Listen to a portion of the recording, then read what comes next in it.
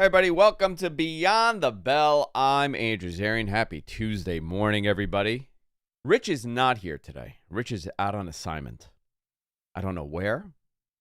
I don't know what the assignment is. Maybe it's a secret. Maybe it's not. But in his place, one of my favorite pals on the internet, one of my favorite people to talk about professional wrestling with, Joel Pearl from Fightful. Hello, my sweet babies. There you go. That's a good. That's a really good Rich.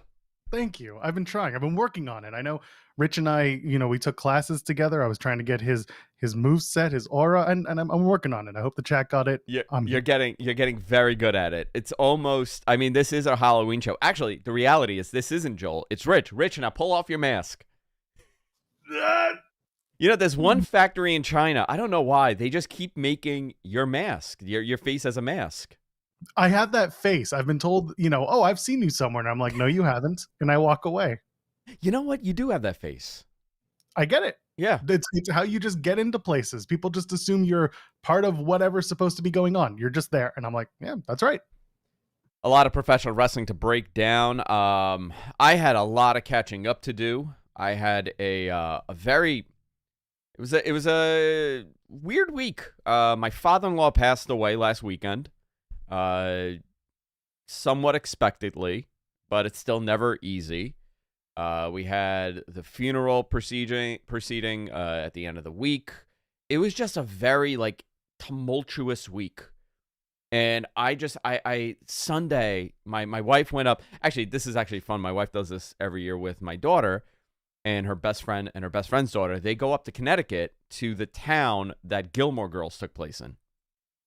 I've heard about this. Now, I'm a big Gilmore Girls fan. I don't care what anybody says. This is why my wrestling opinion matters. I know what good television is. And the Gilmore Girls on the CW was fantastic. So they went on a trip. I had a boys' day with my son. So Hunter and I just hung out and we watched wrestling from 9 a.m. to when they came home at 7 o'clock. We were watching wrestling. I caught up on so much stuff. And my kids, for some reason, dude, this is not a joke. This is not to tell a story here. It baffles me. They freaking love Mid-South. Okay? And they find it funny because it's like old wrestling. And they ask me to put on the old wrestling, and it's Mid-South. And they get a kick out of the intro music. And I think that's what sold them on it. Isn't that the most bizarre thing for an 8 and 9-year-old to be into? Well, now, hold on. Here's the big question. What years of Mid-South are they into? Because there was a point when Mid-South completely just off the cliff. It would be probably when Jim Ross was there doing the intros. So I guess that's 86. Yeah, okay. So that's not terrible. Not terrible. But some of it is terrible. Some of it is really terrible. Listen, not all wrestling is going to be fantastic. Sometimes your mid card is not hot. Sometimes your main event is WCW-esque, but your undercard, sometimes the cruiserweights tell the stories that you want to see. Dude, it's so fascinating with my kids because my daughter is way more into this than my son. Like, especially with baseball. My daughter freaking loves the Mets and will fight you if you say something bad about them. My son is very relaxed with everything. He's like, whatever. But it's fun. It's really fun watching wrestling with them. And it's really changed my perspective. Listen, you have a kid. Your kid is still little, but obviously he's going to grow up in a household that consumes a lot of wrestling. Well, I mean, I don't know how quickly I'm going to put him onto it. It's going to be there though. Maybe. I mean, I watch all my wrestling in my office and usually secretly after hours, kind of, because it's part of my work. But otherwise, your wife doesn't have to insufferably sit there and watch wrestling with you. Okay. No. I took my wife to. I've told this story before, but I took my wife to her first wrestling show shortly after we got engaged. We went to TNA Slammiversary 2018. This was in Toronto. She had the best time. And then when I asked her, hey, would you go again? She said, oh, no, absolutely not. It turned me into an absolute monster. I was saying things to the wrestlers that I would never say to anyone in real life. Yeah. And I said, that's kind of the point. You got into it. But no, she's not. She can, but she doesn't like to sit through it. And I understand. It's not for everyone. My wife sits through it because I consume most of my wrestling in bed. Like when I'm settling down for the night, so I have it on when we're talking and having a glass of wine, because that's the only way I could consume this. I get it. I'm an early bed guy. I'm in bed super early if I'm not out. Oh, for sure. I'm the same way. I'm in bed 10 o'clock, 10:30, and then I'm up by 6. That's 10 how it o'clock, goes. 10:30, you're in bed? Oh, yeah. No, Oh, now no, that I'm Raw's earlier. 2 hours? Oh, I'm you're earlier. yeah? Oh, Are we yeah. talking 7? What are we doing here? Like 8 o'clock, I'm done. Wow. I'm 8 done. o'clock. But are you But done as in going to bed, or are you done as in getting into bed? I'm done getting into bed. You're like my mom. She's in her 70s. And I'm 40. Yeah. Good Lord. Good Let's on talk- you. Listen, when I'm Yeah. done, I just get into bed and I go to sleep. Everyone's different. Some people need longer wind down times. Let's talk about some stuff happening in the world of professional wrestling. Some bad news out of the TNA show. Chris Bay had a pretty bad injury, it seems, and it seems to be his neck. There's a GoFundMe that I pinned to the top of this chat here. He's had about $29,000 in funding, which will definitely help with the medical costs. So what happened here? What can we talk about here? Because he's a fantastic wrestler, and this does not look like it was just a fluke little injury. This seems serious. Yeah, so this happened at the TV tapings in Detroit after Bound for Glory. Bound for Glory was on Saturday night. We covered it here on the website. If you haven't watched it yet, there's a review with myself and Cresta star Steven Jensen. The three of us got together to talk about Bound for Glory. And in the main event, Chris Bay was a part of it, along with his tag team partner Ace Austin. They took on the System and the Hardys in a Full Metal Mayhem match. That's basically a triple threat TLC style match. And that's a rough match to be a part of. So the next night at the TV tapings, they did Chris Bay and Ace Austin. They're known as ABC, or we call them Ace of Bays, and they took on the Hardys for the tag titles. And somewhere in the match, something happened. I'm not going to speculate. There's a lot of information about what did or didn't happen, but regardless, match was stopped, or at least they went to an early finish, and then that was pretty much it for the night. They did one more dark segment afterwards, and that was it. So it was a very unfortunate injury. It sounds like it was a freak accident more than anything else. And everyone in TNA has absolutely been, behind Chris Bay. Everyone outside of TNA has been behind Chris Bay. He's a very lovable and affable human being. It sucks. I mean, any injury in wrestling sucks. Anything that is a head or neck injury is absolutely worrisome. It's we send our love to Chris Bay. We hope that he's recovering quickly and to the best that he can. I wish him tremendous success in recovery here, because it is, he's a fantastic wrestler. He's been around for a while now.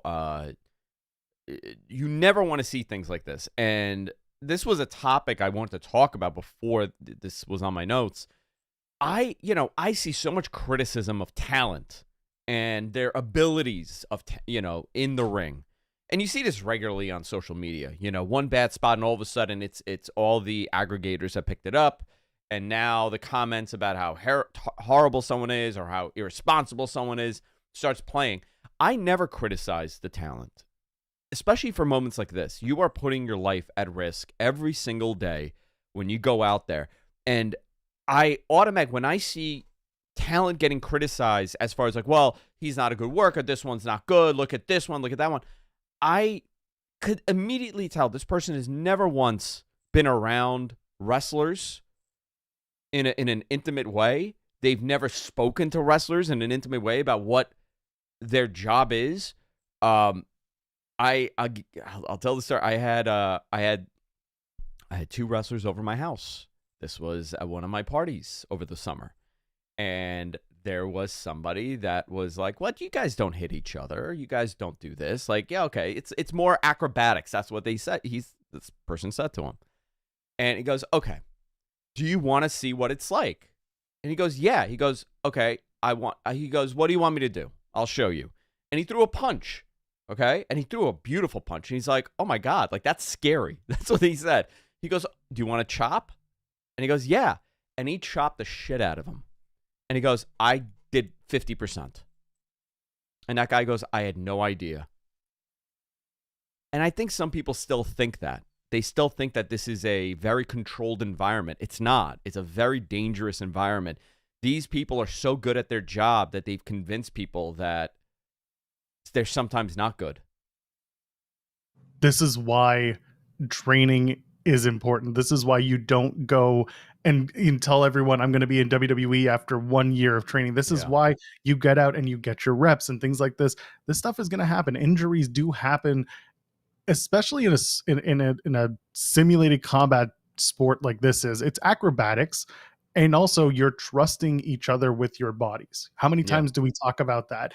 And the mental weight that also weighs on the person who maybe didn't catch the person in time, that's another part of it. And again, I hope that all 4 guys who were in that match are also supported, because yes, it's awful what happened with Chris Bay. I'm hoping that everyone else who was involved is also understanding that this was not their fault, that they didn't cause this, and that this unfortunately is part of the job. And sometimes we fall.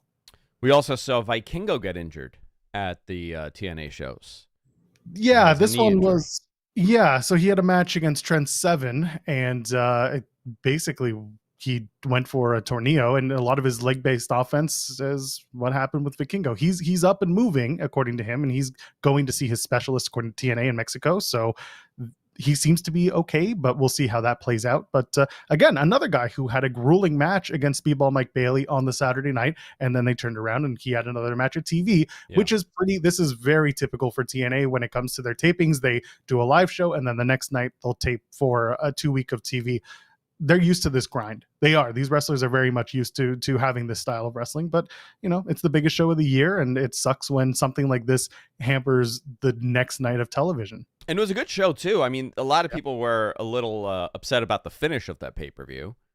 Well, not the finish. They were upset about the world title match. I'm sorry, the world title. Yeah, the world title match. Yes. Yeah. Had it been the other way around, that's the thing. When they said the world title match was before the tag titles, that kind of clued people in. Oh, I know what's happening. So, hey, we talked about it extensively on our post show, and Jeremy Lambert and I talked about it extensively on In the Weeds yesterday over on Fightful Overbooked. You can check that out.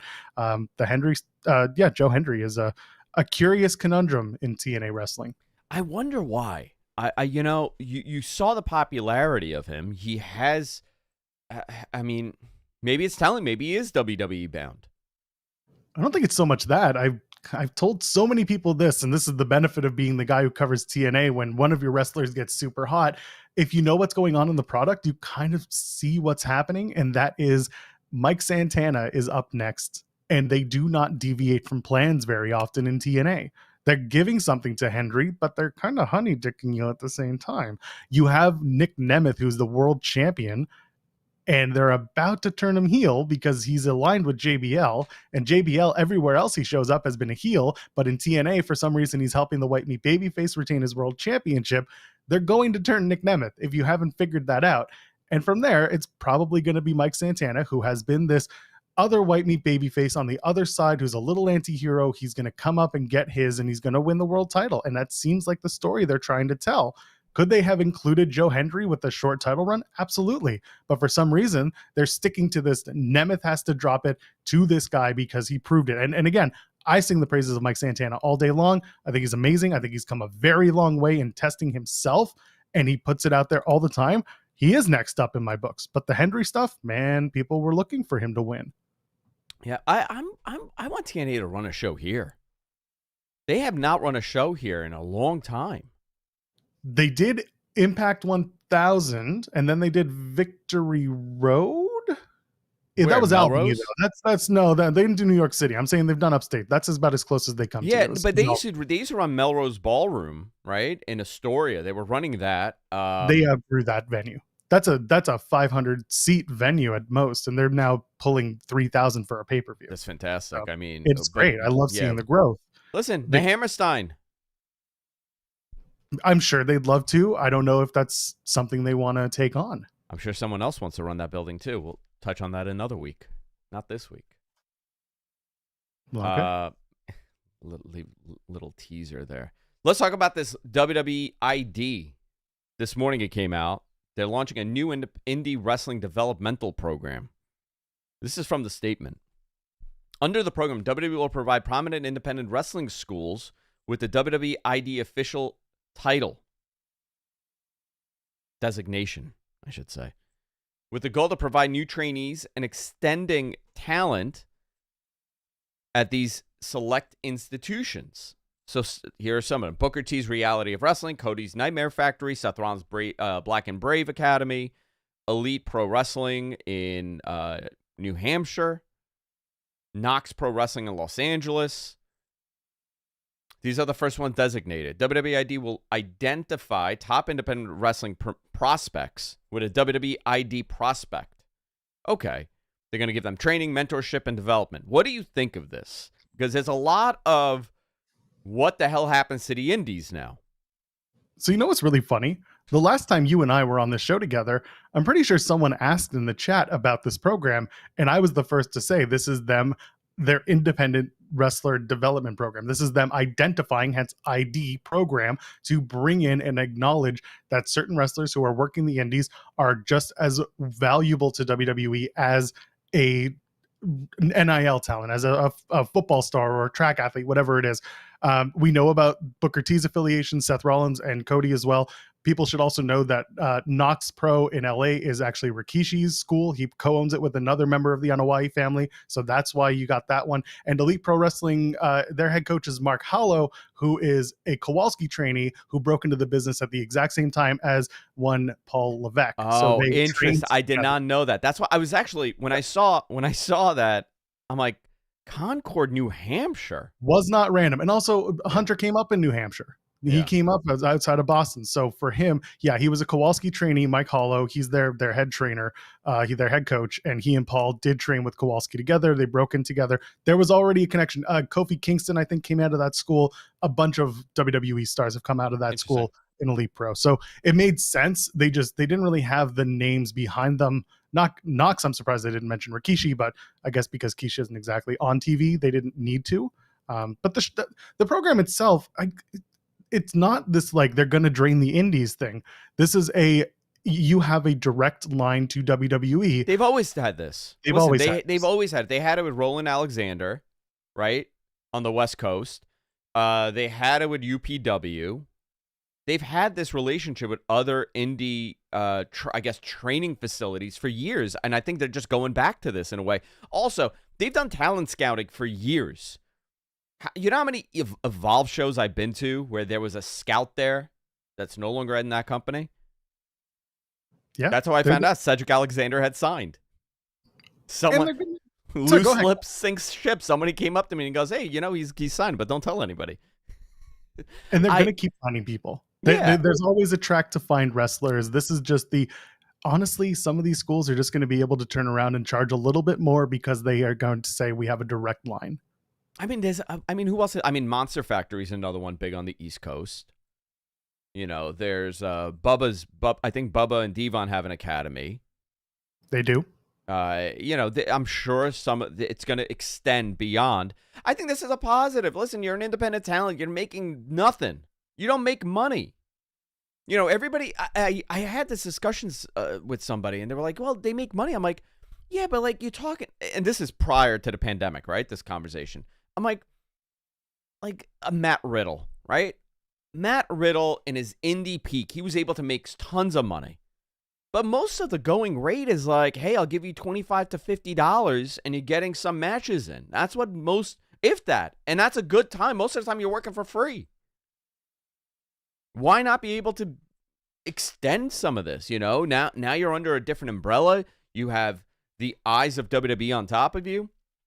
It's taken a little bit more serious. Maybe you can make a couple more bucks because you come out of a WWE program here.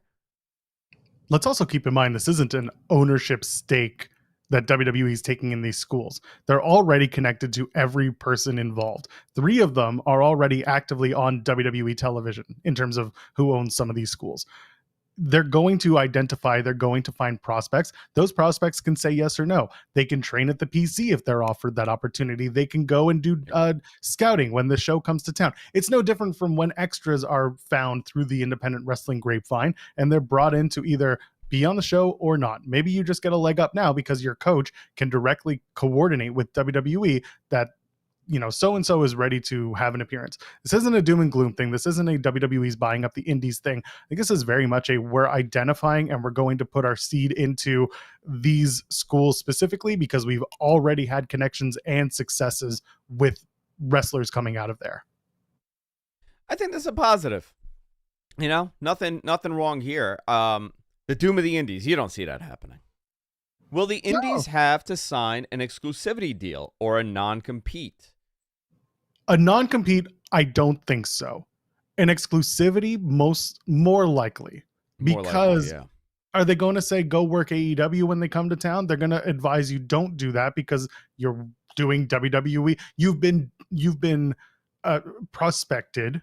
You've been given a designation. We're giving you a financial incentive or a financial opportunity in their verbiage to be a part of WWE in whatever way they consider that to be. So for them to go to a rival company like AEW, they wouldn't be okay with that. Yeah. But maybe with TNA, if they come through their town there and they want to get booked, maybe there's more opportunity there to at least show up and do some stuff because they have a good relationship. I like this. I mean, they've essentially been doing this, but now they're adding some sort of official title here.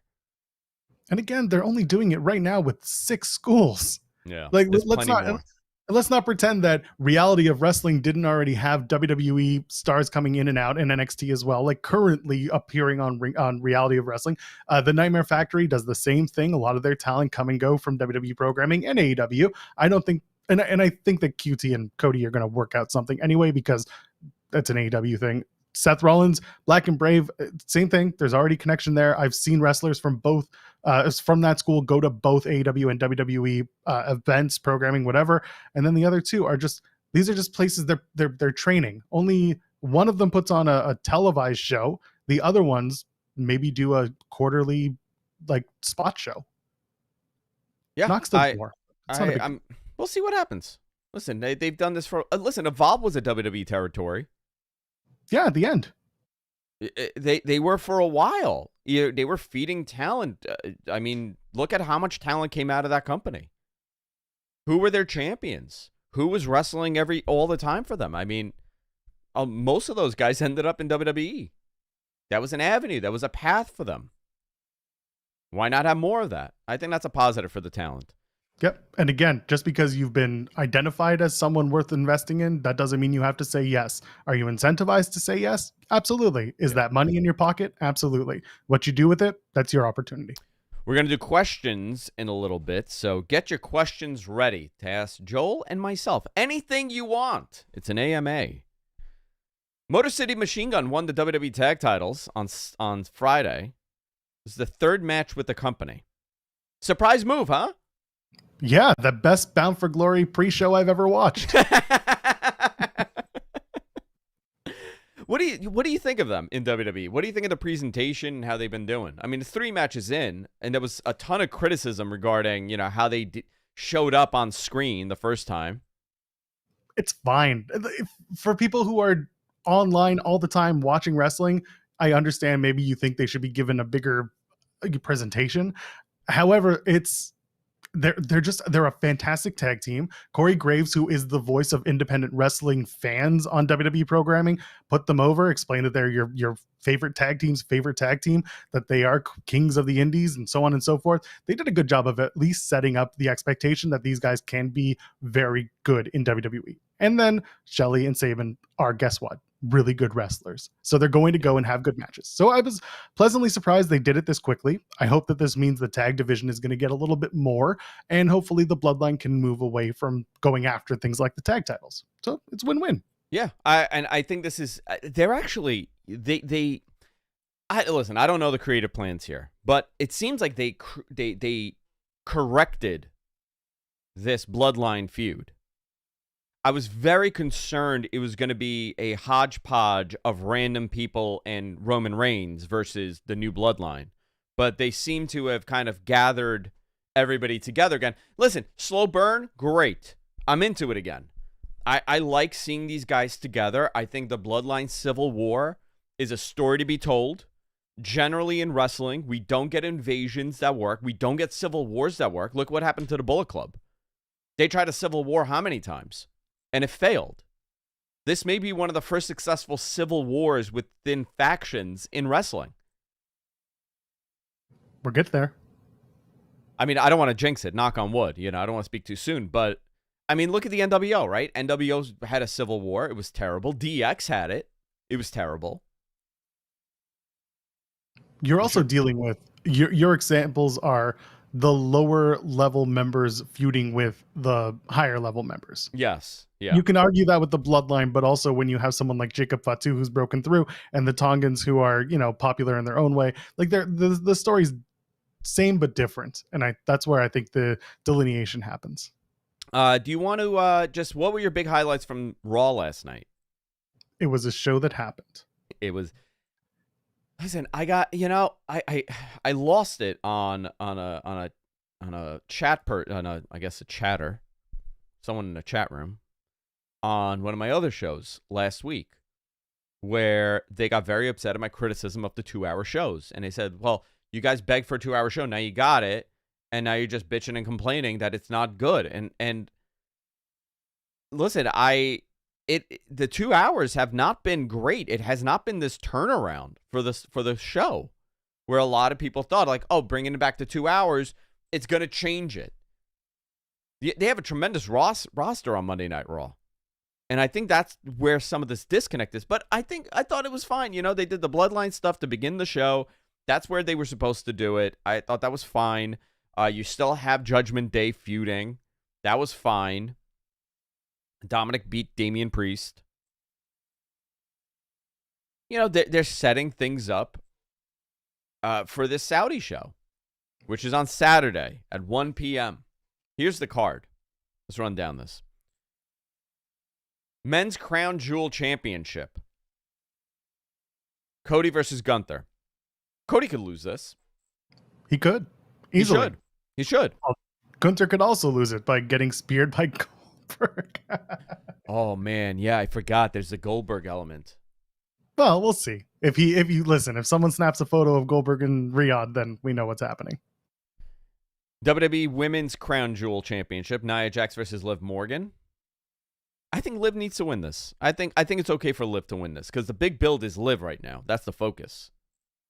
Yeah, they've done a really interesting job of telling this story because it is heel versus heel, but you've got Tiffany Stratton, who has the Money in the Bank briefcase. You've got Rhea Ripley, of course, going after Liv, and you've got Raquel Rodriguez, who's been Liv's heater. So Nia doesn't really have a friend, but she kind of has a friend, and then Liv has one detractor and a big heater in Raquel. So I don't know where it's going to land. I could see Liv winning and just having that moment. You got the United States Championship on the line. LA Knight, Carmelo Hayes, and Andrade. I did not like the final best out of 7 that they did. How was that so bad? They thought it was storytelling, but you can't really do a game 7 and then have the referee be like, no, F this. We don't want a winner in this game. It's like the Stanley Cup Finals, and then all of a sudden Paul Dvorsky takes off his shirt and he's like, forget it. Nobody wins. Nobody wins. Everybody go home. Yeah. I'm looking forward to this match because I like the LA Knight character. I know he's getting tired for some people, but I still like it because it's so reminiscent of an era of wrestling that I grew up watching. And Carmelo's fantastic, and Andrade's fantastic. This cannot be a bad match. This is going to be a really good match. Could be a match of the night. It's possible. Yeah. Depends what they do with the Gunther-Cody match. Yeah. WWE Women's Tag titles on the line. Bianca and Jade versus Damage Control versus Lash Legend and Jakara Jackson versus Chelsea Green and Piper Niven. Might be a display for Bianca and Jade. I mean, that's probably what they're going to do here. What do you think? New tag champions, or do Bianca so. And Jade retain? Well, I think they need to start doing the Jade bumped into Bianca. Oh, here's a roll up. 1, 2. Did she cost her? No, she didn't. I was going to do my Vince McMahon voice, but I decided not to there. Probably for the best in this case. Probably for the best in this case. I think, the match would be a WrestleMania level match if you prepared Jade and Bianca to be this big mega match at WrestleMania. I want to see that match. And I look at it, and again, I look at this through my kids' eyes now, especially when I'm watching WWE, because they are catering to a younger audience than what AEW is catering to and what TNA is catering to. definitely catering to a younger audience than what New Japan does. So this is a very different way, and I have a very unique perspective because I have my kids next to me, and I could see what they're into. And my daughter loves Bianca. My daughter loves Jade. So creating that program, they really stand out there. I want to see this. I want to have them hold the titles. It's a weird. We got a question here from MG, our producer. Go ahead. Oh, sorry. Yeah. So I'm wondering if this is leading into women's war games, as they're going to set it up through this. Because I was looking at maybe Damage Control taking this. You know what? I've been the Bloodline War Games match has been so on my mind. I didn't even think about the women's one. There's also a possibility they'll do it from the Raw side. Yeah. I'll say that again, Joel. That's also true.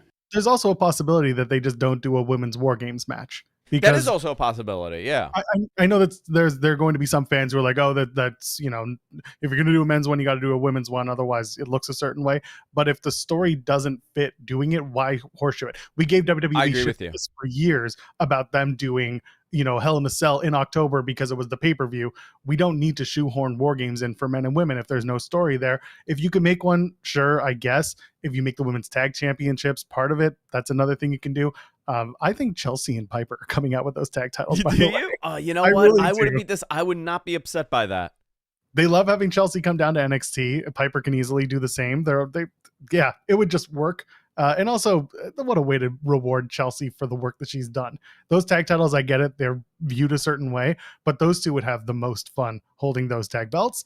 And if they don't do it at the show, they'll do it maybe on Raw the Monday. Now, let me ask you this. Do you feel the same way about the Rumble and the Money in the Bank match? Do you feel that it needs to be split skis between the men and the women? Or do you think just having one, if you only had a men's Rumble match, what would that mean for that pay? Would people be up in arms? I think they would be, right?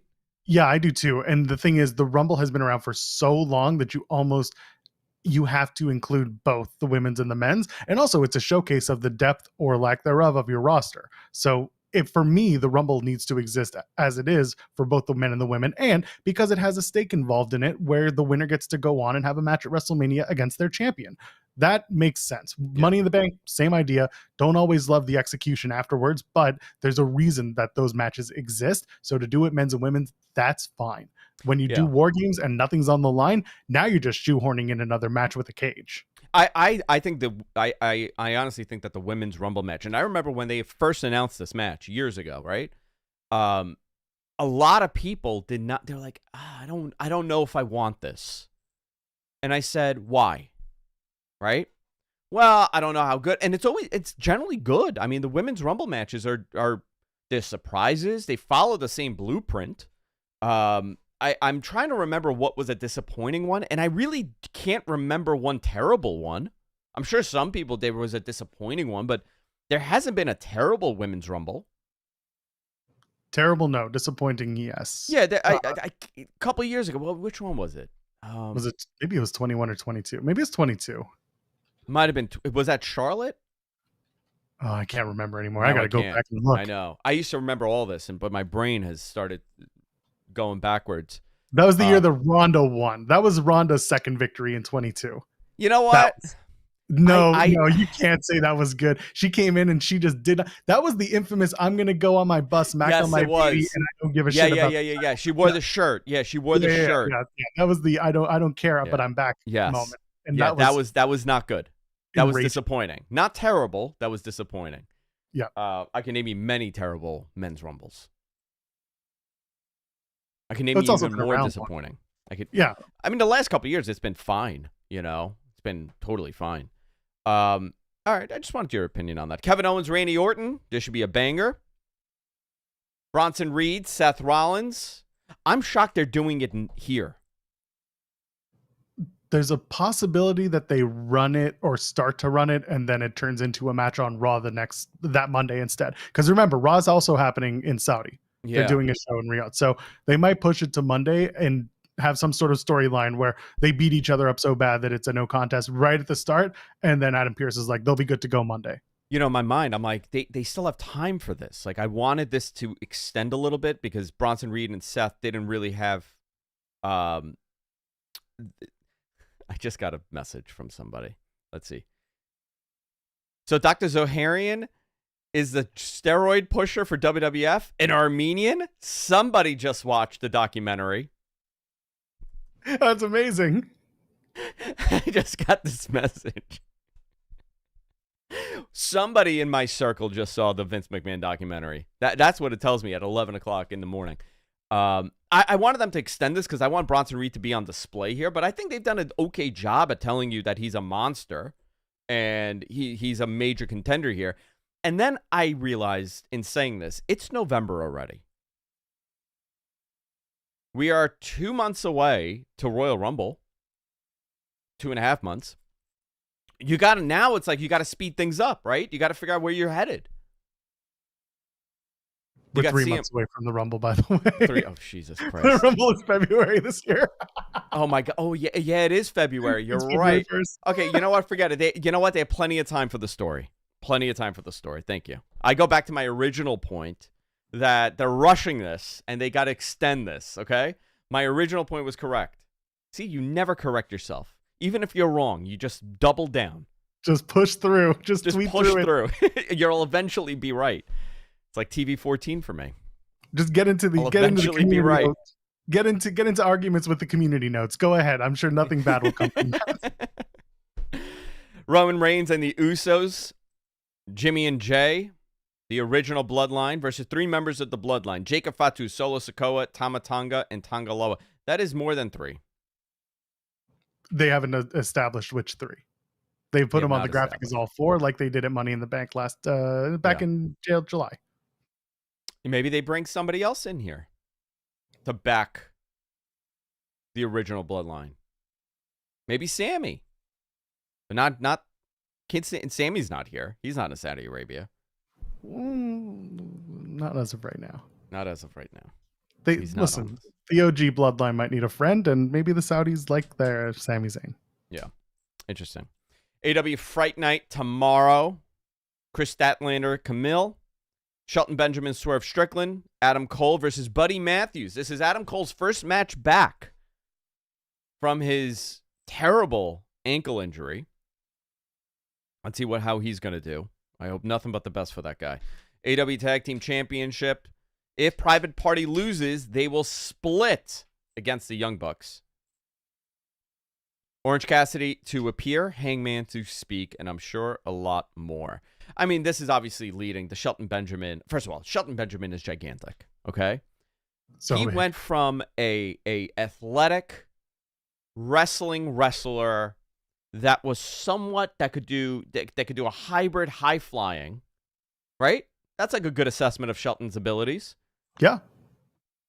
To now being Brock Lesnar and doing a very slow style where he just picks you up and suplexes you. And I don't hate it. He's still doing the moves, though. He's not just punching and kicking and F5. No, but slower. He's slower. Yeah, welcome to aging. That's what happens. He's so big. He is big. You know who's bigger than him is Randy Orton. We went on a 20 minutes about that, but anyway, he's massive. He's massive, dude. Yeah, these guys are huge.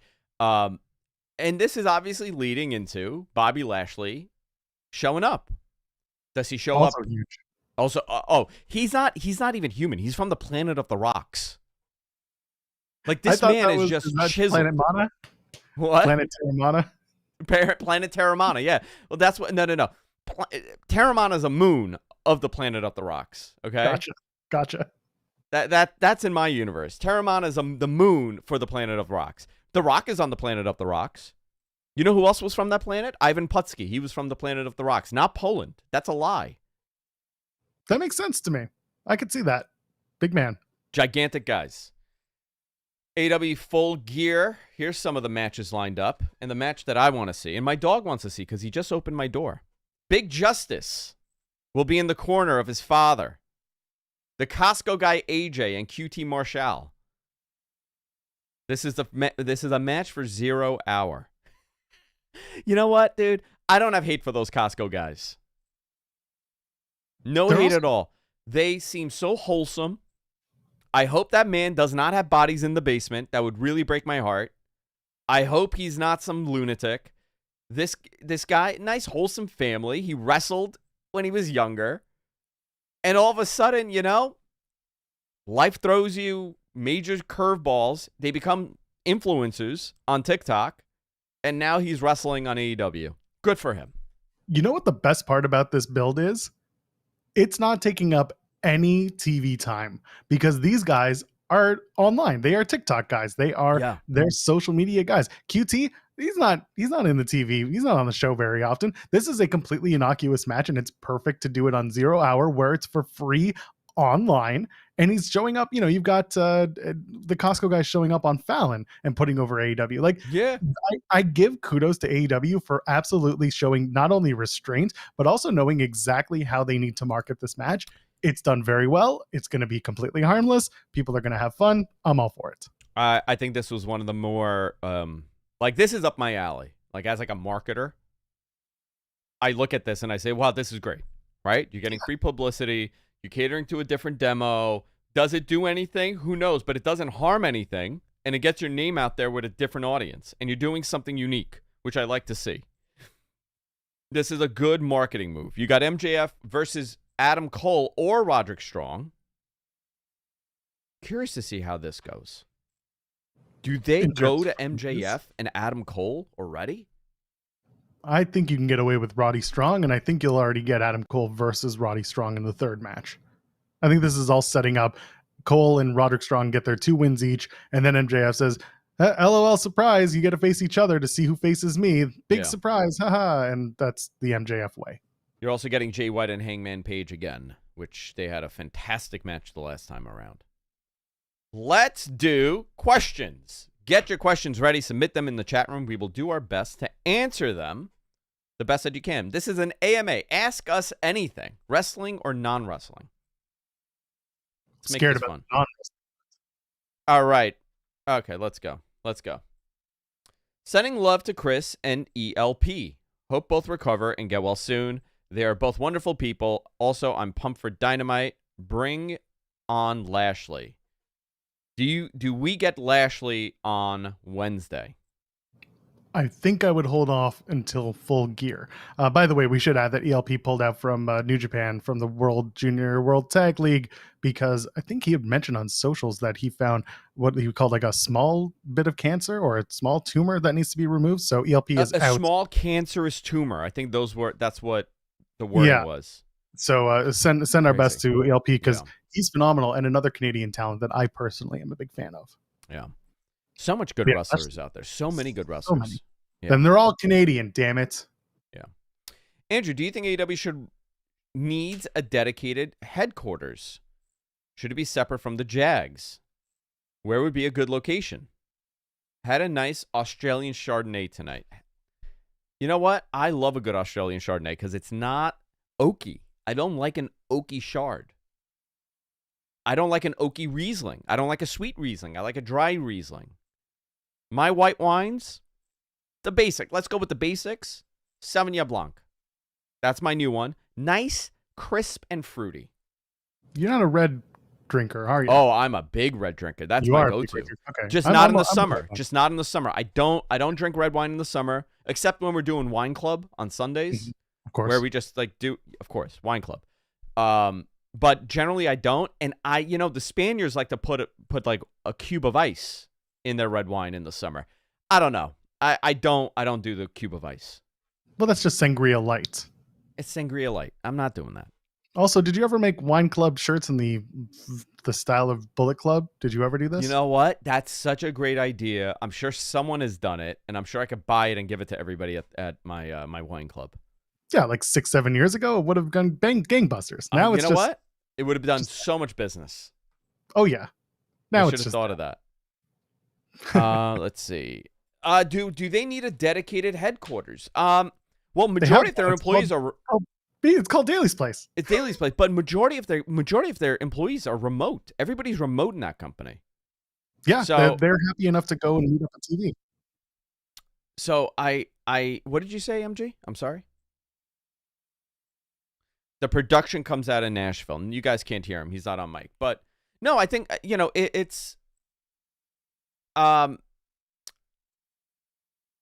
I think it's a positive you have a lot of employees remotely, but I think eventually they're gonna have to, once they get to that point, have a corporate headquarters. The thing is, Tony is not a guy to sit still, so I don't know if having a headquarters where everybody works out of and your boss is kind of bouncing around the planet works.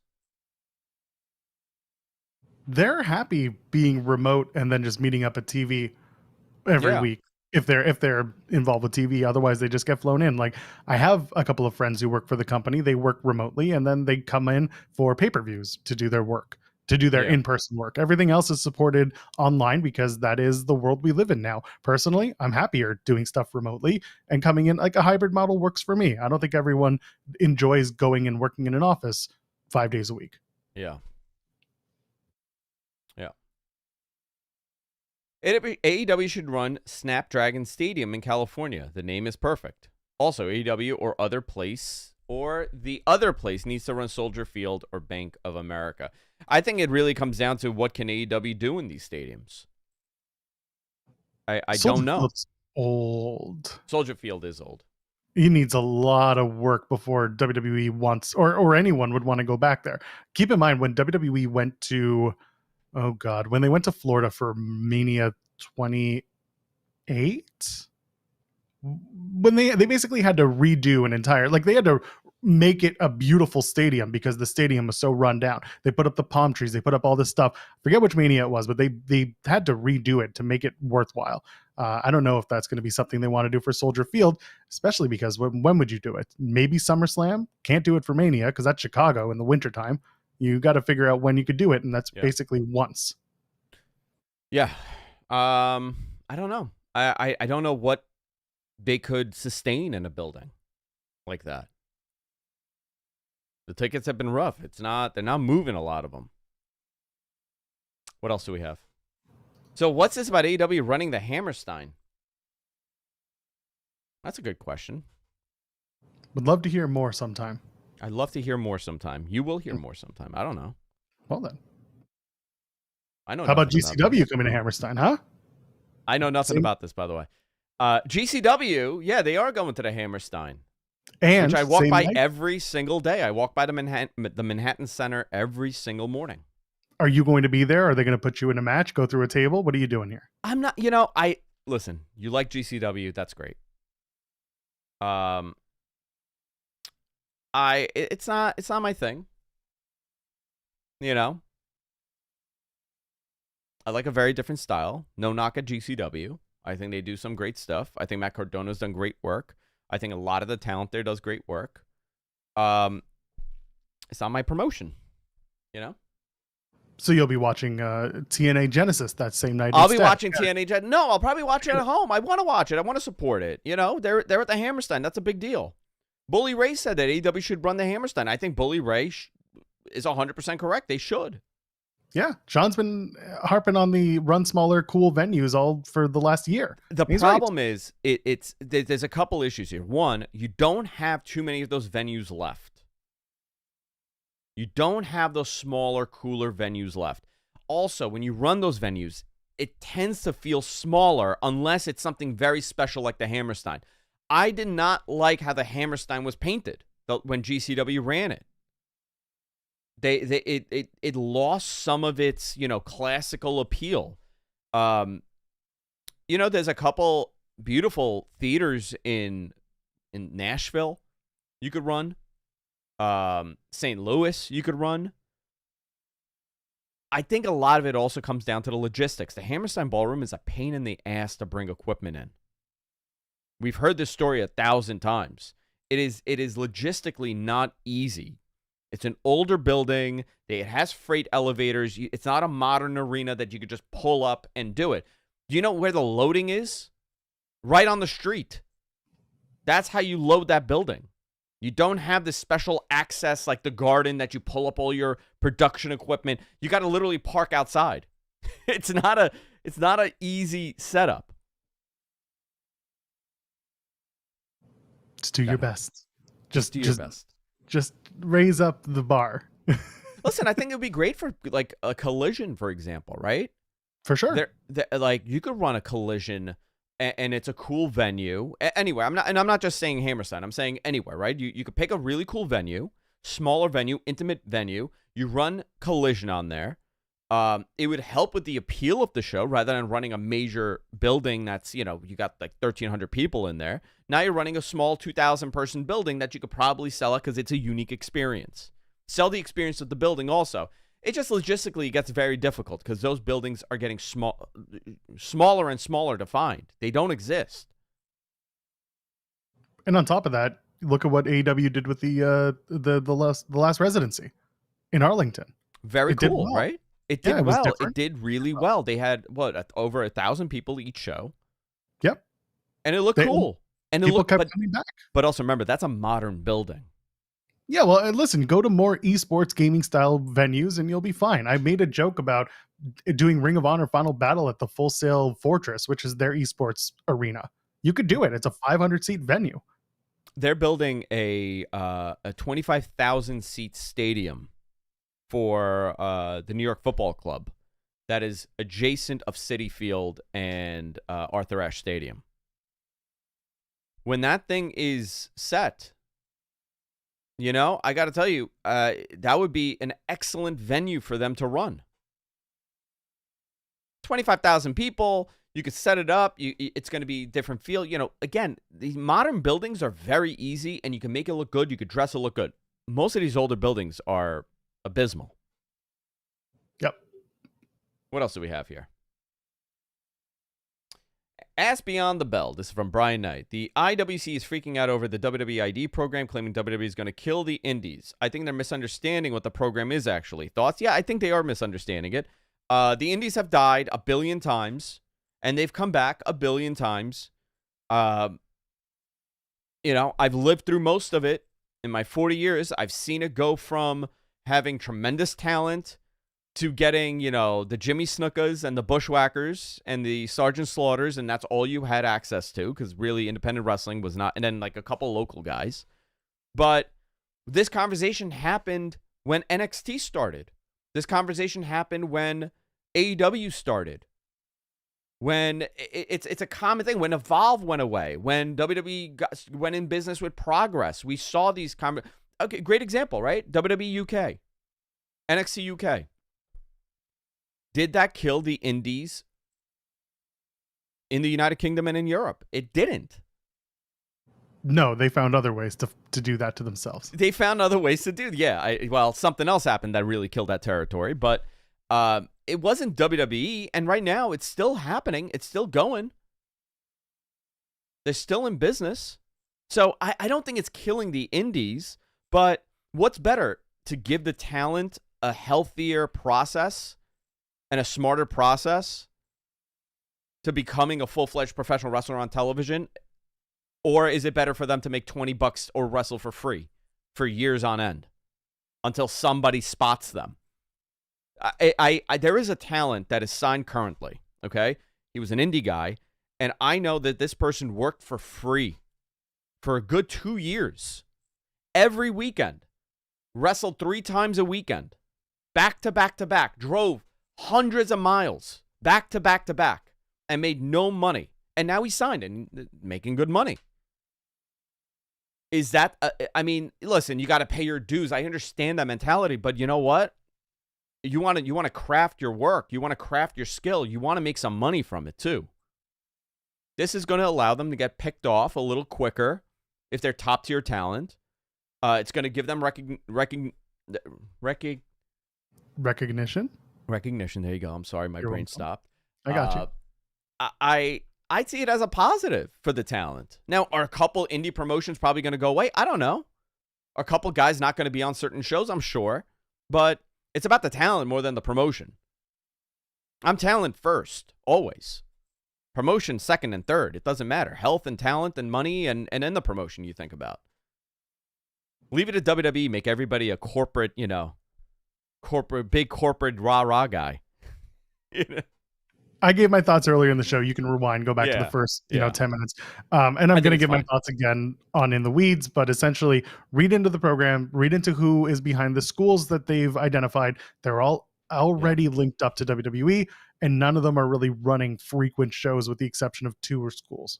So Redmond Survivor in our chat room says progress in ICW went majorly downhill after they signed those WWE deals. They did, but also a couple things happened. The pandemic happened, and the Speak Out movement happened that really hurt those promotions.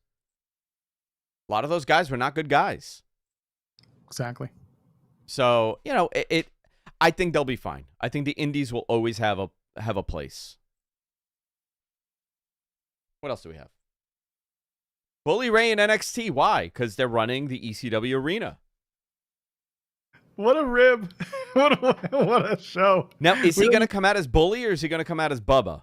He's Bubba because it's WWE. They've already called him Bubba the whole time. Bully is when he's outside of WWE. So you'll see that. You might see Devon come out. They've got that school we talked about and they're a tag team, blah, blah, blah.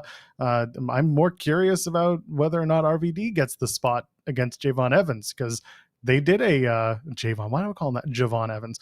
Why? Javon. Someone else calls him Javon and I'm just linked to it.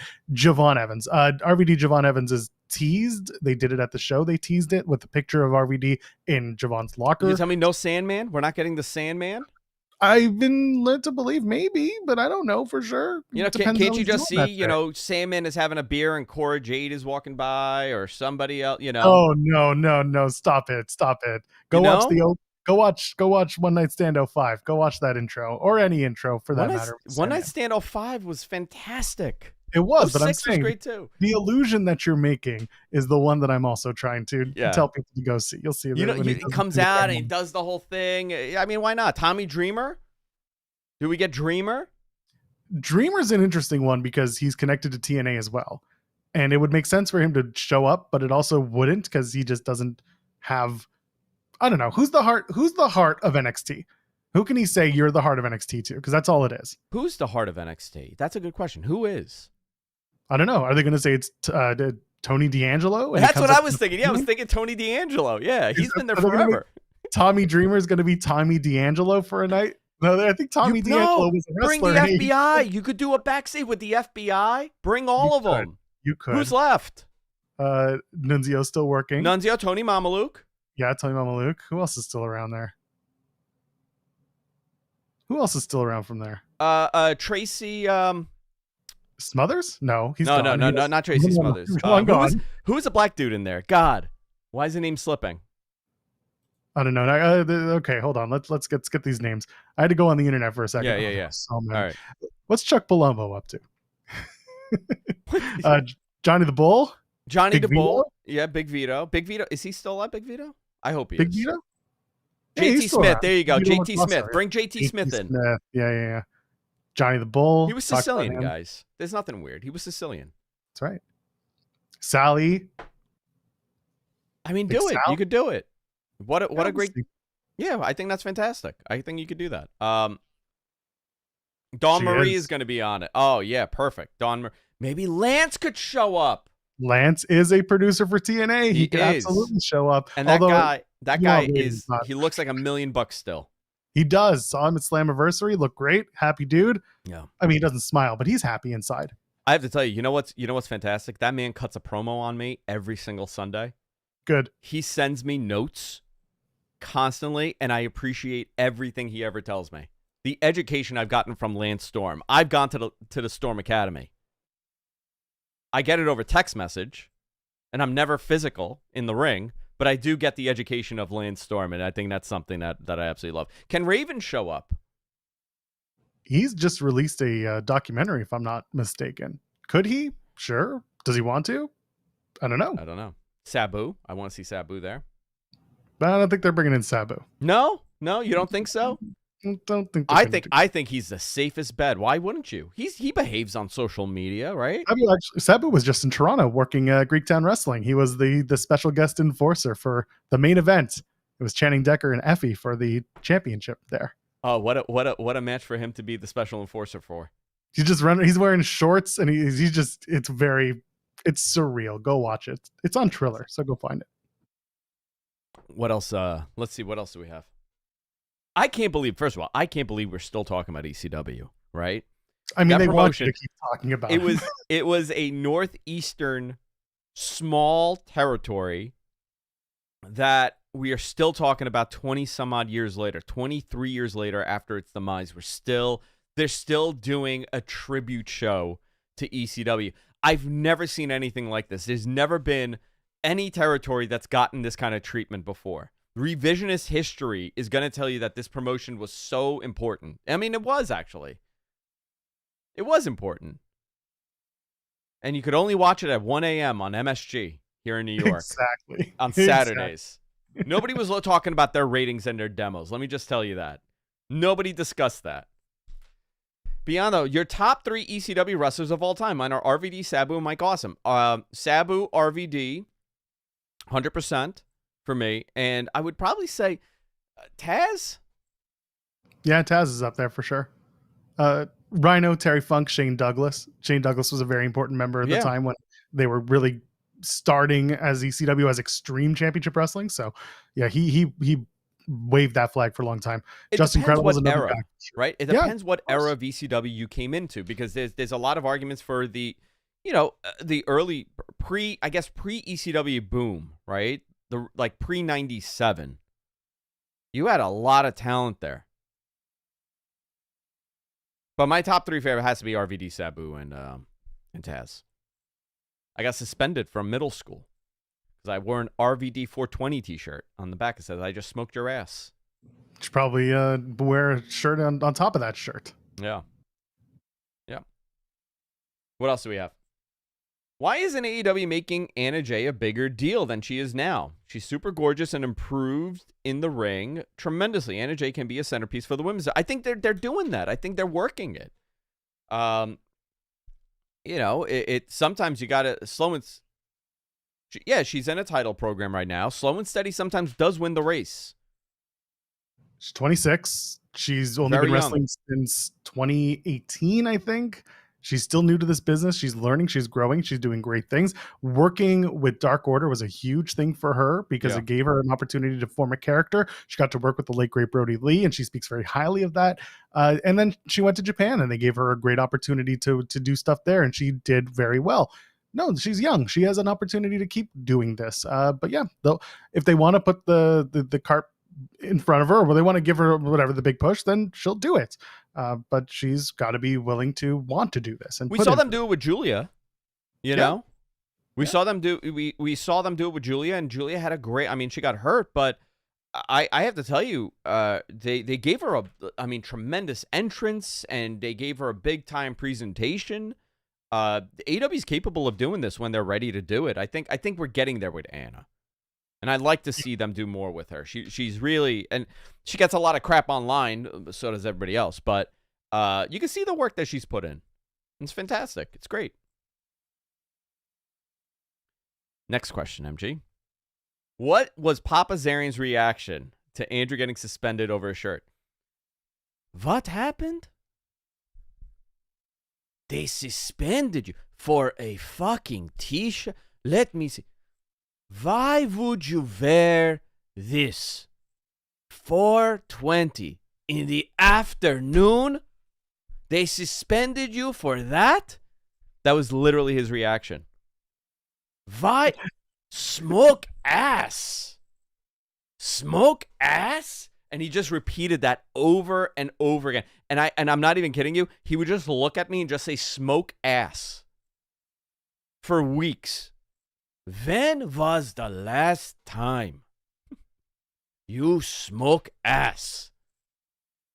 Then you turn back and you say, when was the last time you smoked ass? And then you were grounded for a while. Listen, I don't know. Talk to your mother. I have no fucking clue. You know, that is my father to a T. He walked in. This is the best. He saw MXM on TV. And I've said this, and I'm going to say it again. He saw MXM, and he looked at Mansoor, and he goes, fuck, your arms look good. He thinks it's me. He thought Mansoor and Mace were me and Rich. Good Lord. It still tickles me so much. he looked at me, so he goes, man, your fucking arms look good. And I'm like, yeah, my arms look good. And he's like looking at the TV. I'm like, do we all look alike to you? It's fucking best. Freddie's like, dude, you're going to meet my father one day. I will look forward to that. And you're going to look at me and you're going to say, holy shit, it is exactly how you describe him. I'm just going to look and say, I get it now. If you come to my house and you're like a big jacked up dude, like whenever like a wrestler comes or whatever, and he's like, how many fucking pull-ups can you do? Let me see. Do it. Listen, have the bar over there. And he goes, we're doing push-up. And does he smoke them all? You know he does. He smokes their ass. Oh, dude, he was a bodybuilder, my dad. I know. He's a little old man, 70 years old. He's small, but he was a freaking body. And he's still he's like jacked. He's like insane. It's wild. He was a wrestler, like this wrestler, not a this wrestler. Greco-Roman, he was this Greco-Roman amateur wrestler. He would beat my ass every time, and he would be like, okay, like let's do it, and I would get down, and then he would just beat me up so easily, still to this day. And I'm a big, strong boy. Man, your arms look good. All right. What else do we have? Let's do like two more. Julia's back soon, right? Yeah, I believe so. She should be getting ready to come back. Yeah, looking forward to that. Yeah, me too. Zarin316 says, I just smoked your ass.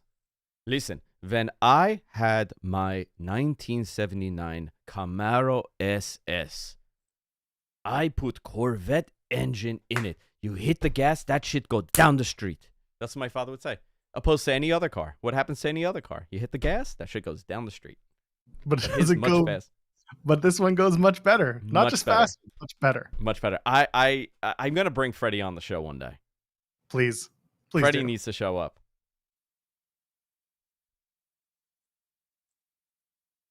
Did the RVD shirt have sleeves? It did. The shirt had sleeves. And again, I tell you, remember, listen, it's 1998. Baggy was in. I had my Hilfiger, my Hilfiger carpenter pants. I had my Air Max 97s. And I had my RVD, I Just Smoked Your Ass t-shirt that I bought at Breakdown Records on Bell Boulevard, where you would buy your ECW tickets to go see them at the Elks Lodge. I was going to ask how you got that shirt, but now I know. I got it from Breakdown Records. It was a record shop that sold all, and they used to do like signings and stuff. They had, it was like all ECW shirts. I bought that ECW hardcore album there. And they had a couple autographs, and you would go there. That was their box office. So whenever they were coming to the Elks Lodge, you would go to this place, and you would buy your tickets there, and then you would go to the Elks Lodge. And I would lie to my mother, and I would tell them I'm staying at my cousin's house. Then she'd see you on TV, and the rest was history. And then I was on Queens Boulevard going to the Elks Lodge. So fun stuff. Amazing. All right, that's it. Are we done? That is it. We are done. Guys, this was a blast. I want to thank Joel, one of my favorite people on the planet. You want more Rich and Andrew, not Joel. Tune in every Friday, 10:30 Eastern, youtube.com/MattMen Podcast. You can catch us there. For all things Joel, follow him on X. Also, In the Weeds, tomorrow, Wednesday, Monday, Friday, 3 times a week. You and Jeremy do a fantastic morning show. I absolutely love it. It is wrestling adjacent. Oh, yeah. Adjacent. Heavy on the adjacent. Oh, here's one. Comic-Con Scott. Let me answer this. With Gigi Dolan's Halloween Havoc intro, is that a sign she's coming back soon? I have to assume it is. I do too. Yeah, they don't normally do that if you're not coming back. Yeah, and she looks good. They looks like they've been getting her ready. Yeah. I hope I helped you with that. Guys, love each and every one of you. We'll see you all next week on Beyond the Bell. Bye-bye for now.